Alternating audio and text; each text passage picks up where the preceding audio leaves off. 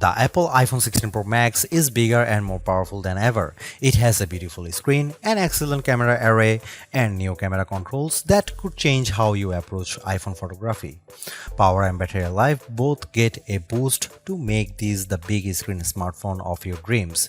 Apple Intelligence offers some useful and intriguing features, but it's not yet the thing that will or should drive upgrades. Still, if you have been holding on to an iPhone 12 or 13 Pro Max, this is probably the moment for a big screen upgrade. I get frustration from a certain perspective. The iPhone 16 Pro Max looks the same as the iPhone 15 Pro Max, but after spending a week or so with Apple's newest iOS phone, I can assure you that there are significant and noticeable differences, including some that will forever change the way you use an iPhone. First, this phone is bigger. The titanium body is slightly larger and 6 grams heavier than the iPhone 15 Pro Max. The screen is a hair's breadth away from 7 inches, but the Super Retina XDR OLED screen is larger, not just because of the chassis. Apple slimmed down the bezels on the iPhone 16 Pro and Pro Max to give you a giant 6.9-inch canvas of bright, colorful pixels. The other major difference is a new button on the right side below the power or a sleep or Siri button. Apple would prefer that we do not call it a button, though it is in part one. You can press the recessed camera control button down and it moves, but it also has a haptic response that makes light presses feel like the button is moving. It even includes gesture recognition. While the new button's name and its primary utility speak to photographic pursuits, this is a customizable control that will soon offer one-press access to Apple's new Visual Intelligence Object Identification feature. On the inside of the iPhone 16 Pro Max is a faster and more efficient A18 Pro. It's not hugely different from the A17 Pro that came before it, and most customers will never tap into its true power, but it's clear to me that Apple's Pro line of smartphones are more than ready to live up to their names. If there was ever a pocket supercomputer, the iPhone 16 Pro Max might just be it. All this hardware is in some ways no more than a vessel for Apple's next big thing, Apple Intelligence. However, Apple's own take on AI is also the greatest source of frustration, as it's far from complete. In fact, early iPhone 16 customers won't see much of it at all unless they install an iOS beta. Features like writing tools, a prettier and somewhat smarter Siri, summaries of long emails, and Photos updates such as creating your own memories based on a prompt should show up soon after the iPhone 16 Pro Max starts shipping, but other features are essentially to come. There is no image generation, Genmojis, ChatGPT integration, or support for languages other than English, and Siri has yet to display any of its existing personal context capabilities, which might be Apple's secret weapon when it comes to winning the AI battle. Siri with Apple Intelligence will eventually be able to use what it knows about you from all your information on the phone to better help you get answers and get things done. All of this might show up this year or it might be next year, and that fact puts a little damper on my iPhone 16 Pro Max enthusiasm. If you are not buying this new iPhone for Apple Intelligence, then allow me to direct your attention to the formidable camera array. While it's not entirely new, there is a new and faster sensor behind the 48 megapixel main fusion camera, and the ultrawide makes a leap from 12 megapixel to 48 megapixel. The 5x optical zoom is mostly unchanged, as is the 12 megapixel true depth selfie camera. There are, however, myriad new imaging and even audio tricks that I'm certain every iPhone 16 Pro Max owners will love. There's 4K 120fps videography that can, via a new speed tool, be stopped down in increments to give your videos a truly cinematic feel. There are also new audio mix tools that in certain environments can add studio quality to audio that wasn't captured with a microphone. Apple has also added some new image styles and undertone controls that I'm not sure will get as much use as Apple would prefer. If you are asked to me, the choice between the base iPhone 16 and the iPhone 16 Pro Max is simple. You gain a Pro Motion display, a 5x zoom camera, and Apple's most powerful mobile chip. The differences between the iPhone 16 Pro and 16 Pro Max, however, are more subtle this year. There's the screen size, 6.3 versus 6.9 inches, and the battery size, which results in at least an hour of extra battery life, and that's essentially it. The 5x Tetra Prism lens is now on both phones. Perhaps the only other notable difference is that iPhone 16 Pro starts with only 128GB of storage. In short, I love the iPhone 16 Pro Max. It's big, powerful, and for everything. Yes, I was playing a console level game on it using an Xbox controller because I can. It takes lovely photos that, even if you choose not to try out, the new styles and undertones are clear and color accurate. Apple Intelligence, which I accessed by installing iOS 18.1 developer beta, is a nice start with some cool features, but it's not yet a compelling reason to upgrade. I feel similarly about the camera control button. Don't get me wrong, I like the new button and I think it's full of untapped potential, but there's almost a bit of competition now between the one-year-old action button and this new, arguably more sophisticated one. Those who buy any of the new iPhone 16 models will probably get a lot of use out of the camera control button and wonder how they used their iPhone without it. In the meantime, the action button might sit unused until Apple eventually shows it the door. The iPhone 16 Pro Max was announced at the Apple Glow Time event on September 9, 2024 and it's shipping from September 20. This is a larger phone with more screen, more power, AI and a brand new camera control button, but it still costs the same as last year's iPhone 15 Pro Max in the US and UK. It's actually a little cheaper in Australia. I'm not arguing that $1,199 for a 256GB iPhone is cheap, but at least Apple didn't raise any price hike by $100. Apple also made a point at this year's iPhone 16 launch event of talking about some big trade-in deals. Its point, I think, was that you probably won't be paying full price for these phones. The virtually identical iPhone 16 Pro costs $999 but starts with half the storage space. If you like big screens and want a reasonable amount of storage for all that 4K 120fps video, you probably want to choose the iPhone 16 Pro Max. The iPhone 16 Pro Max is available in natural titanium, white titanium, black titanium and desert titanium, which is the color of my test unit. I still prefer the black. It might seem like Apple's phone design strategy is now why mess with a good thing. In some ways, that's true. The iPhone 16 Pro Max doesn't stray far from the aesthetic first established with the iPhone 12, but also carries forward the myriad challenge made over the last few generations, like the smoothed out edges and new action button which replaced the silent switch on the Pro models last year. Its dimensions are close to those to the iPhone 15 Pro Max but enlarged by a few millimeters here and there. The 16 Pro Max is 163mm by 77.6mm by 8.25mm and weighs 227 grams. That's 6 grams heavier, 3.1mm taller, and 0.9mm wider than the iPhone 15 Pro Max. If you are comfortable holding and using the iPhone 15 Pro Max, I suspect you will have no trouble with the iPhone 16 Pro Max. I can't say the new phone feels substantially larger in my hand, but I do notice the difference in screen size. The bottom edge features microphone and speaker perforations, along with a USB-C port that, with the right cable, can support Thunderbolt 4 data transfer speeds. There's also a speaker slot along the very top edge of the display. Together with the bottom edge speaker, this phone can produce undistorted room-filling sound. Highs are sharp, mids are strong, and bass is good for the device size. Button placement is mostly identical to last year, with the volume buttons and action button on one side and the larger power or sleep or Siri button on the other side. They are joined, however, by a new button, camera control, roughly the same size as the power button.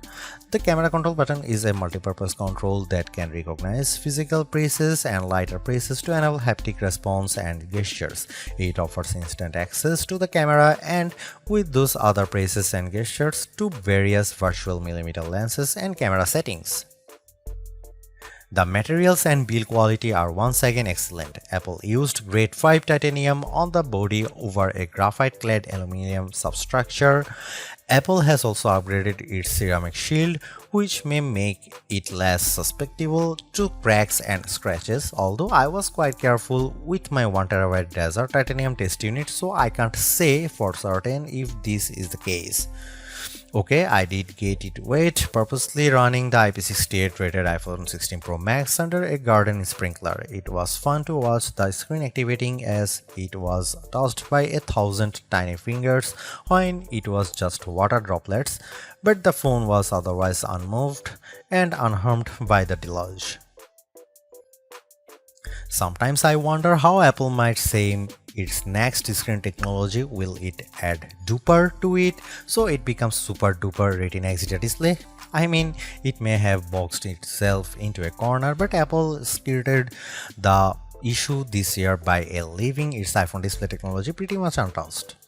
This is a giant screen 6.9 inches achieved through a combination of a slightly larger chassis and pleasingly thinner bezel. There are more pixels than last year. The iPhone 16 Pro Max screen is 2868 by 1320, while the iPhone 15 Pro Max is 2796 by 1290.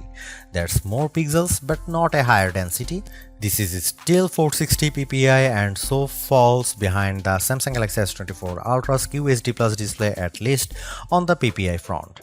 Apple also didn't mess with the dynamic island, which remains a useful and fungible information peel in the upper portion of the screen. It houses Face ID, depth sensors, and a 12-megapixel true depth camera. The camera takes excellent selfies and is my go-to for biometric unlocking. While the display's core specs haven't changed, they are worth noting. It's a wide color gamut screen that supports HDR True Tone always on display, means you can see a less saturated version of your lock screen without unlocking the phone, 2000 nits of peak brightness outdoors, and Pro Motion.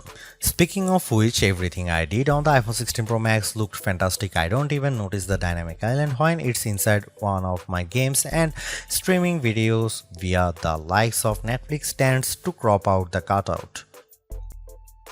I know everyone wants to talk about Apple Intelligence, but it's the changes to the core iOS 18 platform that will have the biggest impact on your iPhone 16 Pro Max day-to-day use. Photos, for instance, has gotten a huge overhaul, and one that I'm not entirely sure makes it better. It's the situation of who moved my cheese, as many of your core features may have shifted or been replaced. The Photos app now defaults to search and collections, which might throw people who are expecting to see their photo library. Still, if they get used to using search for some natural language queries that yield useful image results, they might be pleasantly surprised. The iOS interface is now more customizable, and if you want, you can leave spaces in your app grids. You still can't place an app icon in space that, say, straddles two spaces in the invisible grid, but I think people will appreciate this new level of flexibility. Apple seems a bit obsessed with summarization. Summaries exist in writing tools and in the new Safari, which has a slightly hidden highlights feature. Look for a tiny hamburger menu on the left side of the address bar. You can use that to turn it on, and it will take, for example, a lengthy New Yorker article about Ronald Reagan and condense the thousands of words into a paragraph summary. Impressive. So I worry that such a boil down might leave out important nonsense.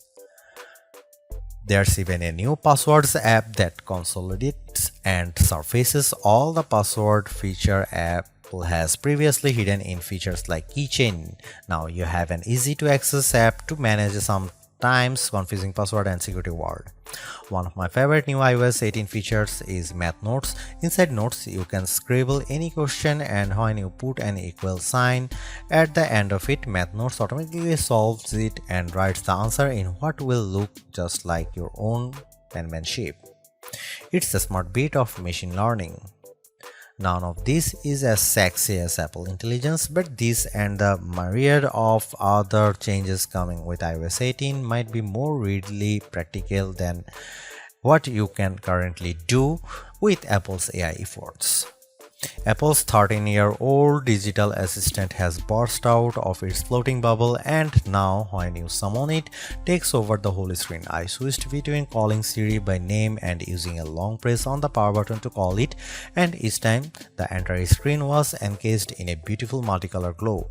The display almost appears to flash when you press that button, and when you make your request, the screen pulses in response. Siri really seems more alive than ever.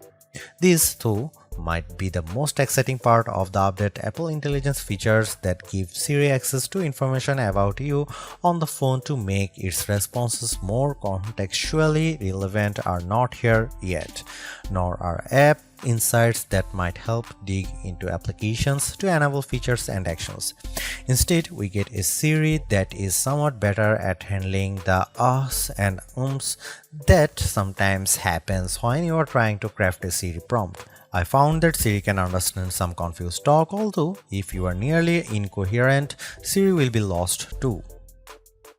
Siri did well on some question and was effective at opening the FaceTime camera when I said I wanted to take a selfie. It also did well when I asked how I could share my Wi-Fi password, returning a concise step-by-step guide. One other nice Siri update is the text to Siri. All it takes is 3 taps on the bottom of the screen to open a Siri window in which you can type in your prompt. It's a nice, discreet way of getting the answer or help you need. Writing tools, which you can find when you type text in notes, emails, or messages, offers to make your writing better in a variety of ways. I'm a confident writer and communicator in email and messaging, so AI assistance in these tasks doesn't appeal to me. There are 2 millions who feel otherwise and may find these tools useful. I noticed how while writing tools offers to make your text more professional, concise, and friendly, it does a stellar job of never losing a misconstructing the meaning of your original text. Photos is where Apple Intelligence shines. The new cleanup option in Edit is effective at removing unwanted objects from phone. When I opened a photo and tapped the cleanup eraser icon, it immediately offered to remove a few people from the background of my photo. I wanted to keep them, so I choose an object I wanted to remove, drawing over it. Precision is not a necessity. I drew over parts of it and cleanup identified the complete object. When I took a picture of my wife at an outdoor restaurant, I noticed that you could still see all the cars parked behind her. I used cleanup to remove them one by one. It did a good job. In all, Apple Intelligence shows early promise, but compared Google Gemini and Galaxy AI, it seems a bit limited. Siri still doesn't have that open LLM feel where you could ask it almost any question or solve any problem. There is no AI image generation, not even the promised Gen emojis. It's still an English-only tool, and the promised third-party integration with ChatGPT and potentially Gemini have yet to materialize. It's a good effort, but this version of Apple Intelligence is not the one that will spark a billion upgrades. While Apple hasn't radically changed the iPhone's camera array, there are enough changes in hardware, software, and image processing, along with the aforementioned camera control button to make the imaging system feel fresh and new. On paper, we have just one notable megapixel upgrade, the 48-megapixel ultra-wide camera, which will not only improve wide-angle shots but has a measurable impact on macro quality. Still, even though Apple didn't squeeze a much higher pixel count into the main camera, it did upgrade the sensor and is promising much faster shutter speeds, and the autofocus is now enhanced with dual autofocus sensors. These are the kinds of incremental changes that should improve both the experience of using the quality delivered by the main camera sensor, but they are also hard to measure. More on that in a bit. The 12-megapixel 5x optical zoom is essentially unchanged from last year's iPhone 15 Pro Max. The biggest news here is found not on this phone but on its little brother, the iPhone 16 Pro, which also gets the Tetra Prism lens. Last year's Pro model was stuck with a just 3x optical zoom camera. Similarly unchanged is the 12-megapixel FaceTime camera on the front. Here are some camera samples of iPhone 16 Pro Max.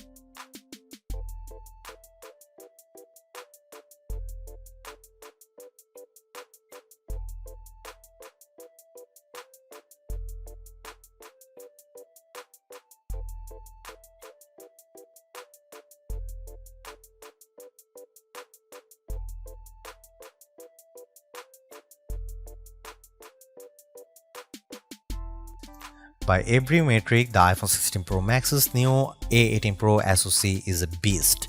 It outperforms the A17 Pro and Qualcomm's Snapdragon 8 Gen 3 in most benchmarks, while Apple isn't backing the CPU with as much memory as you might find in, for instance, a Google Pixel 9 or Samsung Galaxy S24 Ultra.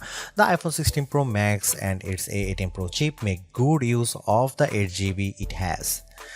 That the iPhone 16 Pro Max is essentially a mini computer in your pocket should surprise no one. Apple Silicon has provided ample power for everything from everyday productivity tasks to 4K video editing and AAA console gaming.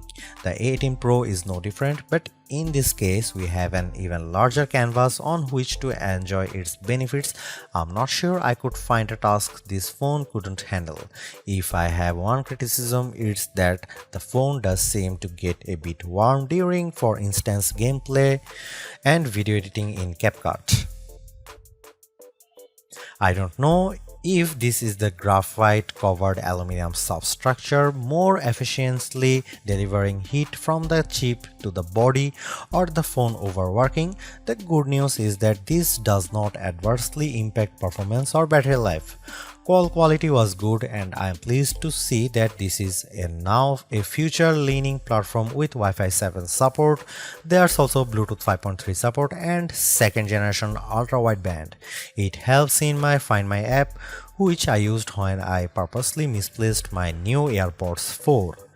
In the US, the iPhone is now eSIM only, which I like, although some people miss the physical SIM card. I appreciate the ease of switching eSIMs from one phone to other and how easily the iPhone 16 Pro Max lets you switch between multiple eSIM numbers on the iPhone 16.